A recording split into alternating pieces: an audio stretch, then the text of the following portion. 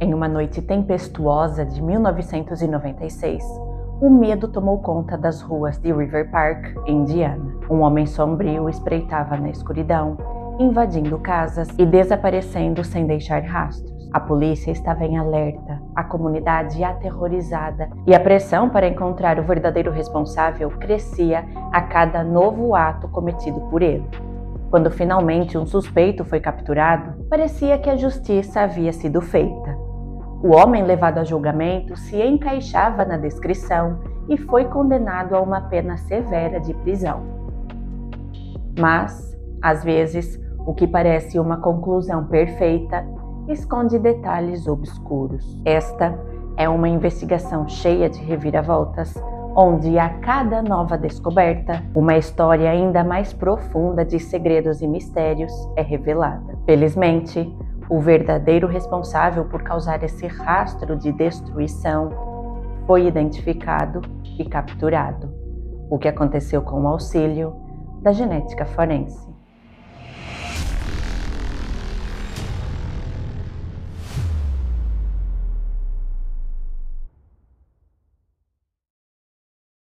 Ao longo da primavera e do verão de 1996, uma sombra de medo pairava sobre River Park, um bairro localizado na cidade de South Bend, estado da Indiana.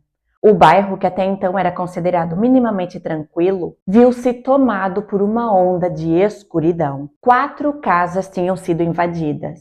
O invasor levou consigo objetos das residências, mas, ainda mais sombrio, foi o que ele fez com as mulheres daquelas casas. Mulheres indefesas que estavam dentro de suas residências, sozinhas e desprotegidas.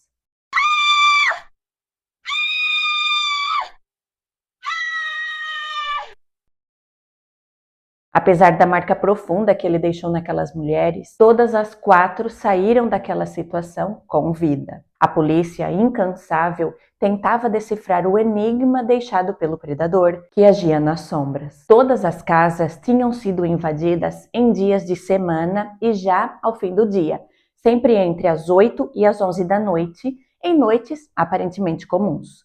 Ele surgia como um fantasma, sem deixar rastros. As descrições dadas pelas mulheres sugeriam que o invasor era o mesmo. Todas afirmaram que ele era um homem negro, com idade entre 16 e 25 anos, magro e com pouco mais de 1,70 m de altura. A polícia ainda não sabia quem ele era, mas tinha apenas uma certeza. Ele era ágil, meticuloso e sabia como ocultar a sua identidade. Uma das mulheres, cujo nome permaneceu em sigilo, afirmou que aquela noite sombria jamais sairá de sua lembrança e descreveu o que ocorreu dentro de sua casa naquele que parecia ser apenas mais um dia tranquilo de 1996.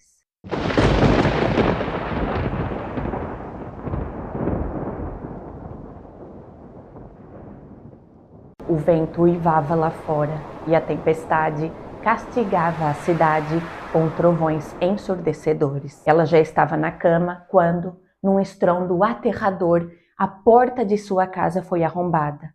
O invasor avançou com muita confiança, sem hesitação. Antes que pudesse reagir, ela sentiu o tecido áspero de uma camisa cobrindo seus olhos. O homem desconhecido não queria ser visto. Seu coração martelava no peito quando a voz dele, fria e implacável, cortou o silêncio. Sem rodeios, ele exigiu que ela lhe desse dinheiro. Ela deu o pouco que tinha, sem saber que o pesadelo estava apenas começando. Nesse caso, ele a violentou, trancou-a no armário e fugiu com o seu carro. Ele foi astuto e deixou poucas pistas para trás.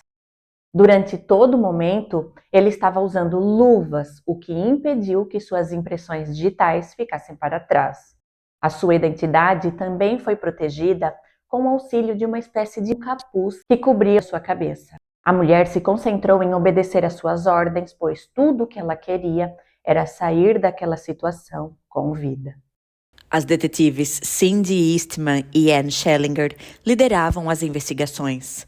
Cindy Eastman afirmou que não há nada mais estressante para um investigador do que uma série de crimes em série em andamento, pois Enquanto o verdadeiro culpado não for descoberto, mais e mais vítimas serão feitas.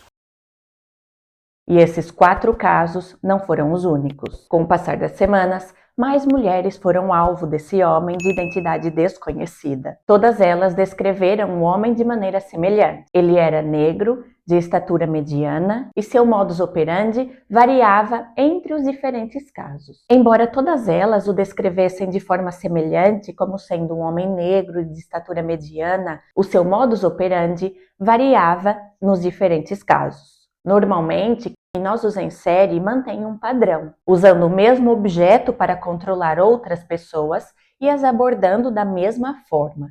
No entanto, nesse caso, às vezes o homem utilizava uma faca, em outras, um revólver. Algumas mulheres eram jovens abordadas na rua, enquanto outras eram idosas e as suas casas eram invadidas. Em termos de evidências forenses, havia poucas pistas. Mais especificamente, os investigadores tinham apenas 2 amostras biológicas coletadas em 2 casos distintos e que consistiam em uma amostra de sêmen de um caso e um pelo pubiano de outro. E o seu ato mais ousado aconteceu em uma noite de verão de 1996. Naquela fatídica noite de julho de 1996, o homem misterioso ousou mais do que nunca. Até então, ele se esgueirava pelas sombras, invadindo casas em silêncio. Mas, dessa vez, a dinâmica foi diferente. Ele agiu de forma descarada, carregado de uma audácia que desafiava qualquer senso de prudência. Próximo a uma área arborizada, dentro de um veículo, um jovem casal entrou em uma discussão acalorada. O carro estava estacionado em uma rua pouco movimentada. A discussão escalou e os dois decidiram sair do veículo, na esperança de que o calor da discussão fosse dissipado pela brisa quente da noite. O que eles não imaginavam era que o perigo estava à espreita. Dentro de poucos momentos, eles entrariam em um pesadelo que os marcaria para sempre. Os dois saíram do veículo e, da escuridão, um homem apareceu, emergindo de repente como um predador faminto. Uma arma brilhou e sua voz cortou como uma lâmina afiada. Ele exigiu que os dois lhe dessem dinheiro. O rapaz hesitou, e os poucos segundos de hesitação foram suficientes para fazer com que ele explodisse. Com um golpe certeiro, ele lançou o rapaz ao chão e ficou ali, atordoado. A seguir, ele voltou-se para a mulher, arrastando-a para dentro da zona de mata. Entre as árvores, onde o brilho da lua cheia mal conseguia penetrar, ele realizou os seus atos hediondos. Após o ocorrido, os dois se dirigiram até a delegacia, onde, diante dos policiais, o desespero da mulher e o testemunho do rapaz traçaram o quadro claro do horror pelo qual os dois haviam passado. Determinados a capturar o monstro que assombrava River Park, os agentes acionaram a unidade canina.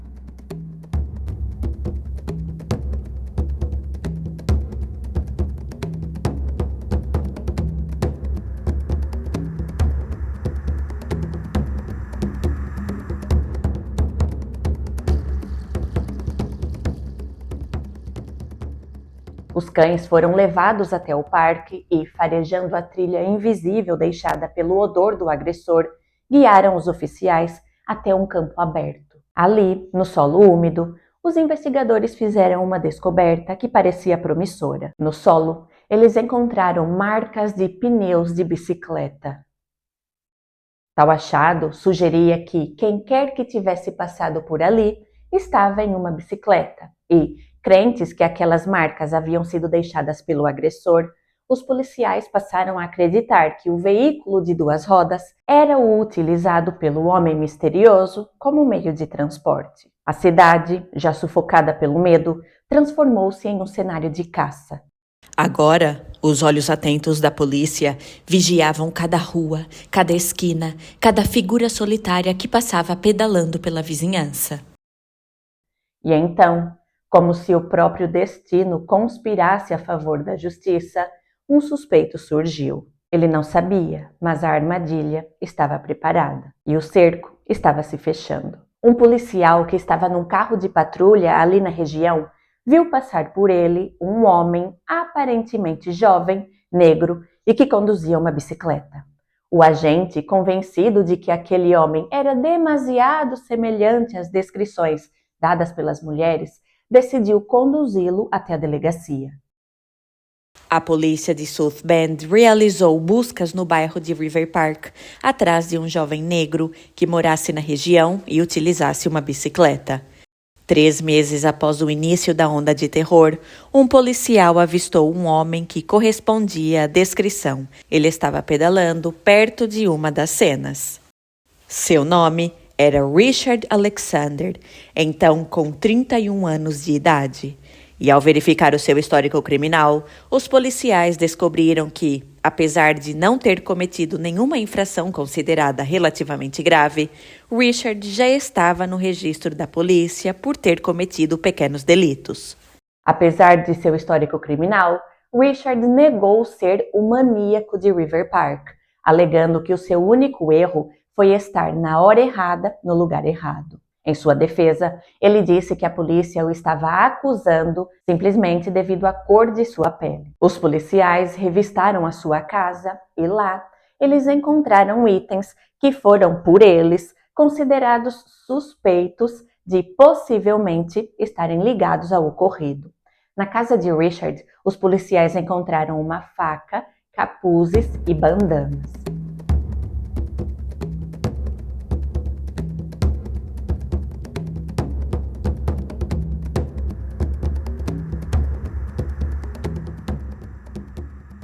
E qual a sua opinião acerca dessa conclusão? Você acredita que uma faca, capuzes e bandanas são itens incriminadores o suficiente para aumentar as suspeitas sobre o Richard? Deixe a sua opinião aqui nos comentários. Pois bem, os policiais estavam considerando o Richard como suspeito e incluíram a sua foto em um conjunto de outras 5 fotografias, as quais foram apresentadas ao casal que foi abordado na floresta. A mulher olhou para o conjunto de fotografias e, passado alguns minutos, disse que não reconhecia o seu agressor em nenhuma daquelas fotos. Entretanto, o seu namorado afirmou sem hesitação que o homem que os atacou estava sim ali entre aquelas fotos.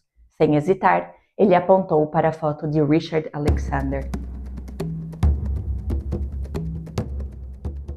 Para reforçar as evidências, os policiais organizaram uma nova identificação, agora presencial. 6 suspeitos participaram do procedimento e foram instruídos a repetir frases ditas pelo agressor. Cada um deles disse às vítimas frases como "me deu dinheiro" e "é melhor você me obedecer", coisas do gênero. E claro que eu aqui estou a omitir as palavras de baixo calão usadas frequentemente por ele. E durante esse reconhecimento presencial, outras 2 vítimas reconheceram Richard Alexander pela voz, elevando para 3 o número de identificações. O peso da suspeita pairava sobre Richard com uma intensidade cada vez maior. Os investigadores decidiram então concentrar-se nas evidências biológicas coletadas em 2 dos casos. Relativamente ao pelo encontrado em uma das cenas, este foi comparado a fios coletados do corpo de Richard. A comparação foi realizada através de uma análise microscópica, a qual deu origem a um resultado inconclusivo. Não foi possível dizer que o pelo não era proveniente de Richard Alexander, assim como também não foi possível afirmar com consistência que o pelo era de fato microscopicamente semelhante aos do suspeito. A seguir, a atenção foi voltada para a amostra de sêmen coletada em outra vítima. Tal amostra foi enviada ao laboratório de genética forense para ser submetida a uma análise de DNA.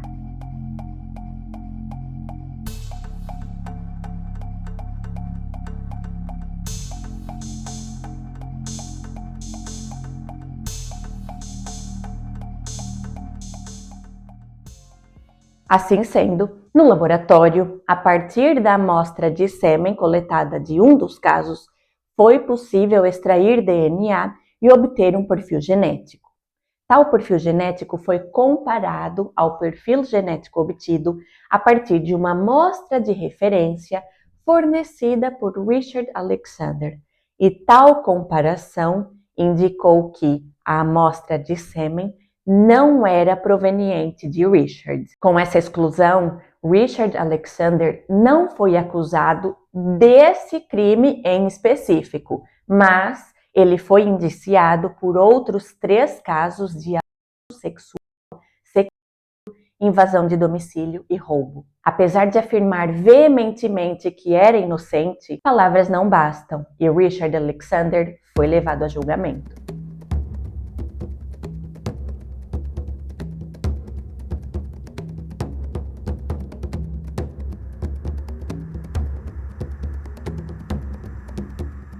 No tribunal, os fatos foram relatados de forma detalhada. A promotoria narrou os acontecimentos sombrios, apontando para Richard Alexander, enquanto dizia aos jurados que aquele homem ali, sentado à frente deles, era o responsável por aquela onda de terror. O júri saiu para deliberar, e aqui é importante ressaltar que, dentre os 12 jurados, estavam 9 pessoas brancas e 3 negras. Quando eles voltaram com o veredito, o presidente do júri declarou que havia um impasse. Isso porque, para uma condenação, é necessário um voto unânime. Todos os jurados têm que acreditar na culpa do acusado.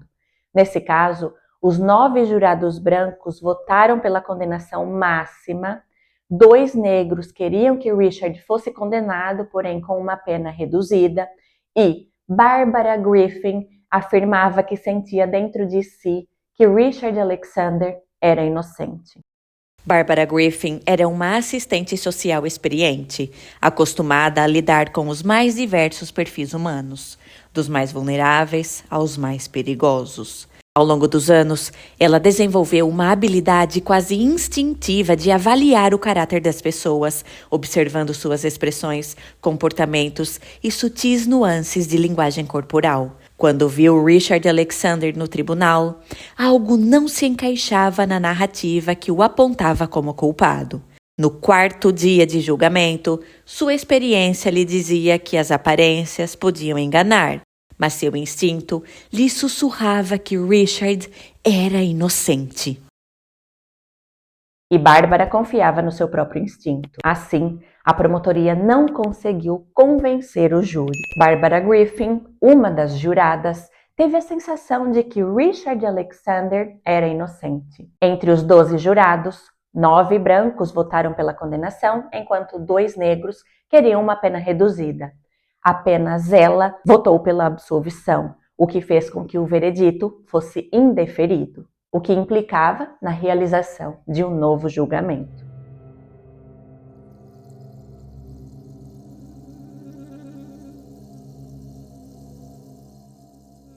Quatro meses depois, um novo julgamento aconteceu. Dessa vez com um júri composto apenas por pessoas brancas. Com base exclusivamente no reconhecimento feito por algumas das vítimas, Richard Alexander, então com 31 anos de idade, foi considerado culpado de 2 dos 3 crimes pelos quais havia sido acusado, incluindo invasão domiciliar e roubo. Dentre os itens levados estava um relógio de parede que na altura valia muito dinheiro. O relógio era tão importante para aquela família que a vítima até mesmo tinha uma foto de seu marido e de seu filho pousando ao lado do objeto. Richard foi condenado a cumprir uma pena de 70 anos de prisão. Sua família ficou devastada. Ele afirmava ser inocente e que a sua vida estava sendo destruída injustamente. Ao saber da condenação, Barbara Griffin ficou indignada. Ao ver as notícias na televisão, ela disse para si mesma: "Aí está, mais um homem negro sendo condenado injustamente." Até mesmo a detetive Eastman admitiu que ficou surpresa e que tinha dúvidas acerca da culpabilidade de Richard, mas não havia nada que ela pudesse fazer para provar sua inocência. Teria Richard Alexander sido condenado injustamente? Algum tempo depois, uma nova mulher compareceu na delegacia. Ela relatou que o ocorrido não teve lugar exatamente em River Park, mas sim em um bairro próximo. Essa mulher foi levada à delegacia para fazer um reconhecimento fotográfico e, entre as fotos, os detetives colocaram uma fotografia de Richard Alexander, que estava ali nos ficheiros policiais. E a mulher identificou Richard como o homem que a tinha atacado.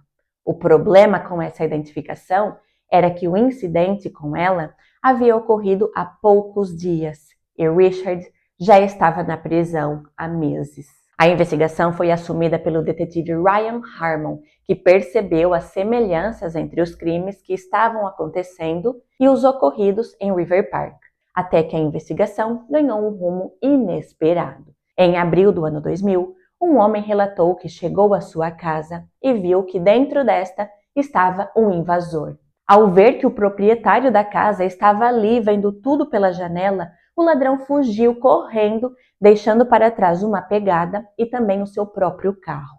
Uma fotografia da pegada foi armazenada como evidência, mas foi no carro do invasor que os policiais encontraram tudo o que eles precisavam. Entre os itens encontrados, havia contas de serviços públicos, alguns recibos e diversos pedaços de papel, cada um carregando um detalhe crucial: o nome de Michael Murphy. Além disso, entre os documentos constava um endereço específico acompanhado de um número de apartamento, sugerindo que aquele carro, o carro do invasor, pertencia a esse tal de Michael Murphy. Para os investigadores, esses achados não eram meras coincidências, mas sim peças de um quebra-cabeça que começava a tomar forma, levantando suspeitas sobre o envolvimento de Murphy e a importância daquele endereço na investigação. Ao investigar o nome de Michael Murphy, os policiais descobriram que ele já havia tido problemas com a polícia,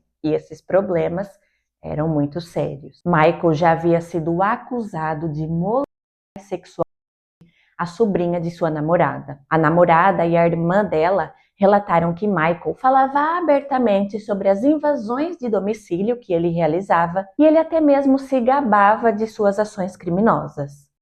Ao revistar sua casa, a polícia encontrou um par de sapatos compatível com a pegada encontrada na casa invadida. Além disso, a namorada de Michael Murphy forneceu aos investigadores fotos dele com objetos roubados. Em uma das fotografias, Michael pousava ao lado de um relógio que ele tinha furtado em uma invasão domiciliar realizada em 1997. Ao ver a foto de Michael Murphy, a vítima reconheceu que aquele era o relógio que havia sido roubado de sua casa. E aquele caso de invasão domiciliar já havia sido solucionado e encerrado. Quem estava pagando por aquele crime era Richard Alexander. Com isso, os investigadores passaram a suspeitar que o verdadeiro criminoso era Michael Murphy e não Richard Alexander. Naquele momento da investigação, Richard já estava na prisão há anos e, ao longo dos anos, a ciência evoluiu. Avanços na ciência forense causaram uma reviravolta no caso. Mais especificamente, avanços na genética forense que possibilitaram a realização de uma análise que, em 1996, ainda não estava disponível.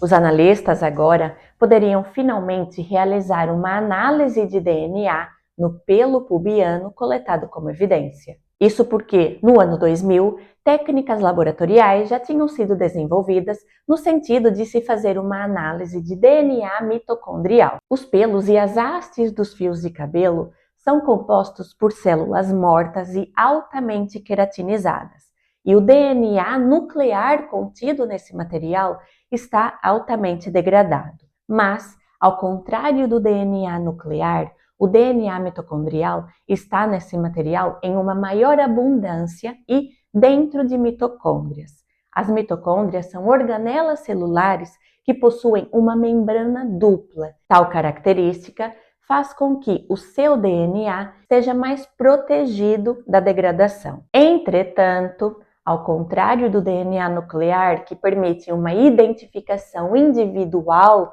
ou seja, é específico de cada indivíduo, o DNA mitocondrial possui uma herança materna, o que significa que todos os indivíduos pertencentes a uma mesma linhagem materna possuem a mesma informação genética para o DNA mitocondrial. De qualquer forma, os analistas seguiram com a análise e, a partir daquele pelo pubiano coletado como evidência, foi obtida a informação genética para o DNA mitocondrial. Tal informação foi comparada à informação obtida através de uma amostra de referência fornecida por Richard Alexander. E o resultado dessa análise indicou que não houve correspondência. A seguir, os analistas compararam o haplótipo do DNA mitocondrial obtido através do pelo à informação genética obtida através de uma amostra fornecida por Michael Murphy. E nesse caso, houve uma correspondência exata.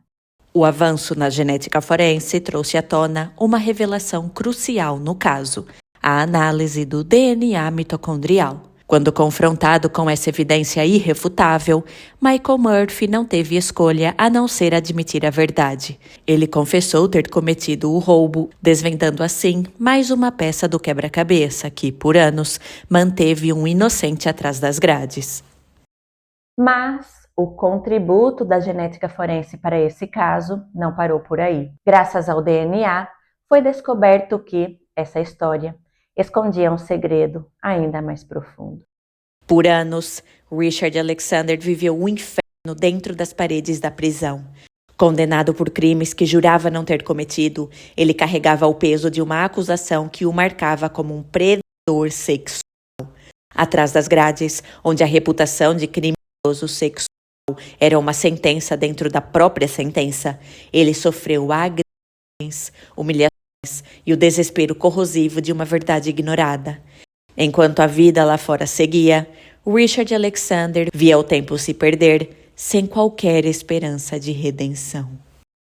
Mas então, a ciência falou. O DNA mitocondrial, tecnologia ainda emergente na época, trouxe à tona um nome até então desconhecido: Michael Murphy. Confrontado com a correspondência genética encontrada, Michael Murphy não teve mais para onde fugir. Diante da evidência incontestável, a verdade emergiu como um espectro há muito silenciado. Ele confessou. Michael admitiu ter cometido centenas de arrombamentos e afirmou que, quando estava sob efeito de drogas, saía em busca de mulheres. Ironicamente, quando ele e sua namorada acompanhavam as notícias sobre Richard Alexander ser o maníaco de River Park, ela comentou: se esse homem fez mesmo tudo isso com essas mulheres, ele não é digno de viver. Ao ouvir isso, Michael respondeu: eles não vão encontrar nada que o ligue a esse caso de Stu. Não foi ele. Pois bem, então foi obtida uma correspondência entre a informação genética do DNA mitocondrial obtida a partir daquele pelo e a informação de Michael Murphy. A seguir, os analistas se voltaram para a amostra de sêmen recolhida em outro caso. A partir daquele sêmen, foi extraído DNA e obtido um perfil genético. Esse perfil genético foi então comparado ao perfil obtido através de uma amostra de referência fornecida por Richard Alexander. O resultado dessa comparação indicou que não havia uma correspondência. Vocês já devem imaginar qual foi o próximo passo, não é? Esse perfil foi comparado ao perfil genético de Michael Murphy. Mas essa comparação indicou que também não havia uma correspondência. O sêmen coletado naquele outro caso não era proveniente de Richard, mas também não era proveniente de Michael Murphy. A exclusão dos dois homens como sendo doadores daquela amostra indicava que Richard Alexander era de fato inocente, pois as evidências de DNA revelaram que os crimes pelos quais ele foi condenado não tinham sido executados por ele. E a exclusão de Michael Murphy indicava que, apesar de ter cometido diversos outros crimes, este em específico não foi cometido por ele. Uma certeza pairava no ar. Michael Murphy não era o único criminoso atuando naquela região. Agora, restava saber quem era o outro homem.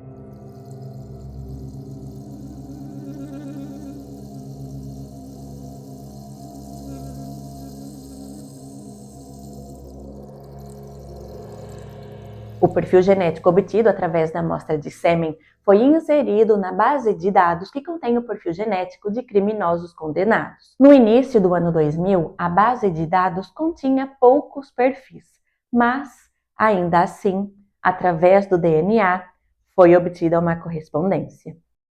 A revelação foi tão brutal quanto os próprios crimes.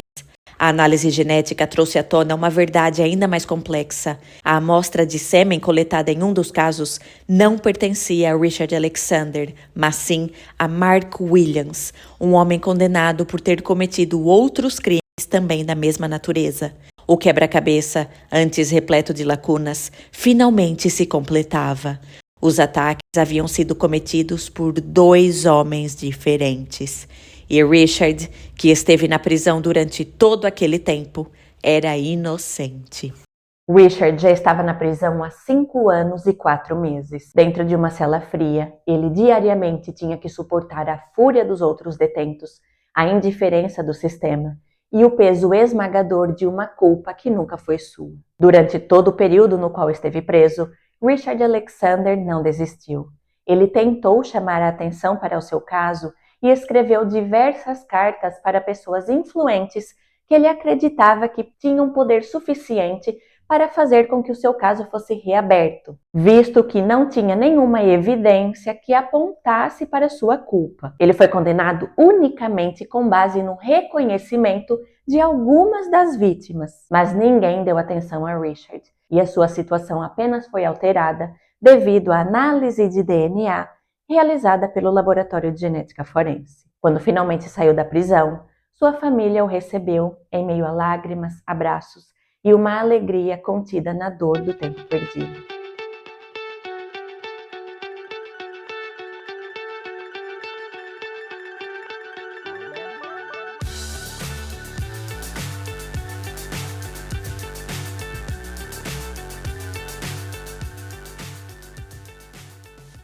Ele agradeceu a detetive Eastman pelo incansável trabalho, mas no fundo ele tinha uma certeza. Nenhum pedido de desculpas, nenhuma comemoração poderia devolver anos de vida e de liberdade que foram arrancados dele injustamente. Enquanto Richard respirava o ar da liberdade, os verdadeiros culpados enfrentavam seu destino. Michael Murphy foi condenado a 30 anos por invasão e infantil. E Mark Williams foi condenado a cumprir uma pena de 40 anos em regime fechado por ter cometido abuso infantil. O caso de Richard Alexander expôs as falhas de um sistema que condenou um homem por um pequeno detalhe. Ele estava andando de bicicleta no lugar errado e na hora errada. No fim das contas, não foram depoimentos que trouxeram a verdade à tona. Foi o DNA. Às vezes, uma pequena amostra pode conter mais verdade que todas as testemunhas do mundo.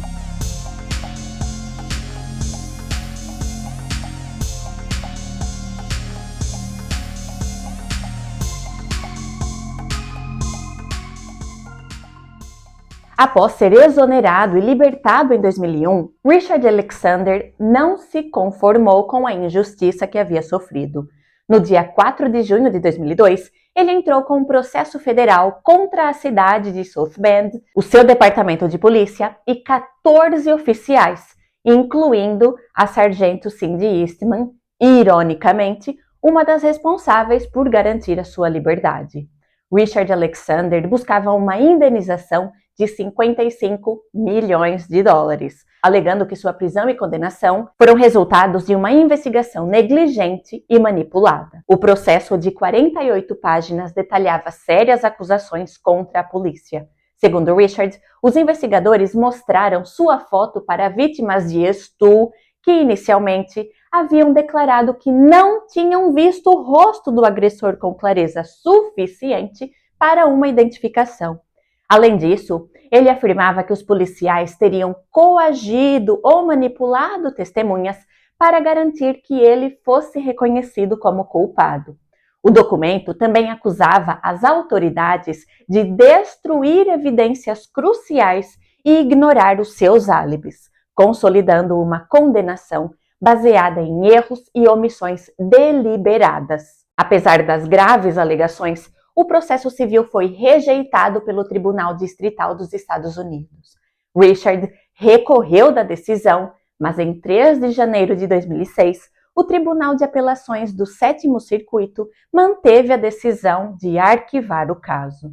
A corte concluiu que Richard não conseguiu provar que seus direitos haviam sido violados no julgamento que levou à sua condenação. Com isso, ele não recebeu nenhuma compensação financeira. E a trajetória de Richard após sua libertação não seguiu um caminho de redenção. Em 22 de maio de 2007, ele se declarou culpado de uma acusação de agressão após, em 2005, uma ex-namorada com um cano de chumbo. E como parte de um acordo judicial, uma segunda acusação de agressão foi descartada. Menos de um mês depois, em 14 de junho de 2007, ele foi condenado a cumprir 8 anos de prisão. Mas o capítulo mais sombrio da história de Richard ainda estava por vir. No dia 17 de setembro de 2020, após anos de um histórico de violência doméstica, ele foi acusado de ter tirado a vida de sua ex-namorada. Durante o julgamento, ele aceitou um acordo e se declarou culpado de homicídio voluntário. Como resultado, ele recebeu uma sentença de 50 anos de prisão, encerrando de forma trágica e definitiva a história de um homem que, um dia, foi vítima de um erro judicial, mas que, ao longo dos anos, tornou-se o algoz de outras vidas.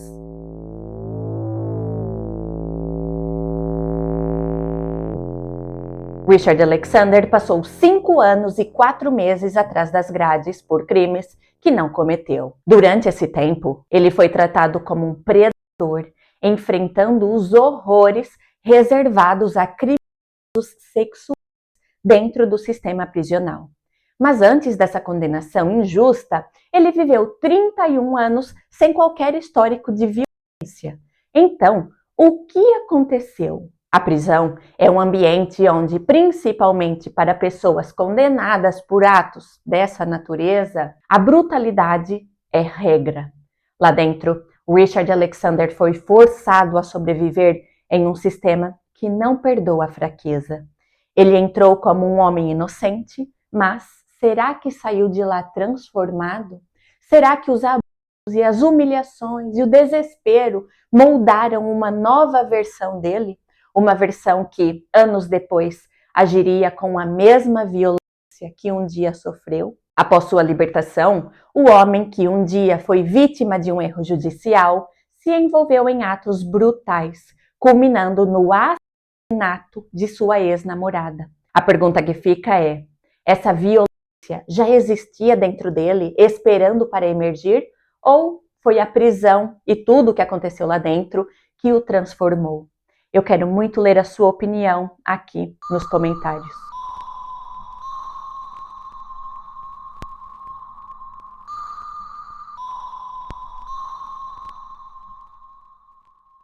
Eu espero que você tenha gostado do caso de hoje, obviamente não da história em si, mas sim da forma como eu narrei os fatos. Caso tenha gostado, considere a hipótese de se tornar um membro do canal Genética Forense. Assim, você vai ter acesso antecipado a todo o conteúdo que eu posto por aqui, além de acesso a vídeos exclusivos. E outra forma que você tem de suportar o meu trabalho é muito simples e rápida. Para isso, basta deixar um like aqui nesse vídeo e também, se possível, um comentário. Pode até mesmo ser apenas um emoji ou um ponto. Assim, o algoritmo da plataforma vai entender que você interagiu e se interessou por esse conteúdo, o que vai fazer com que ele recomende o meu conteúdo para mais pessoas. Antecipadamente, eu agradeço pelo seu apoio e pela sua ajuda em suportar o canal. E se você gostou desse vídeo, não deixe de assistir a este aqui, cujo link eu vou deixar no primeiro comentário fixado. Para você que chegou até aqui no fim do vídeo, eu deixo o meu mais sincero agradecimento. Muito obrigada, um grande abraço e eu te vejo aqui no próximo vídeo.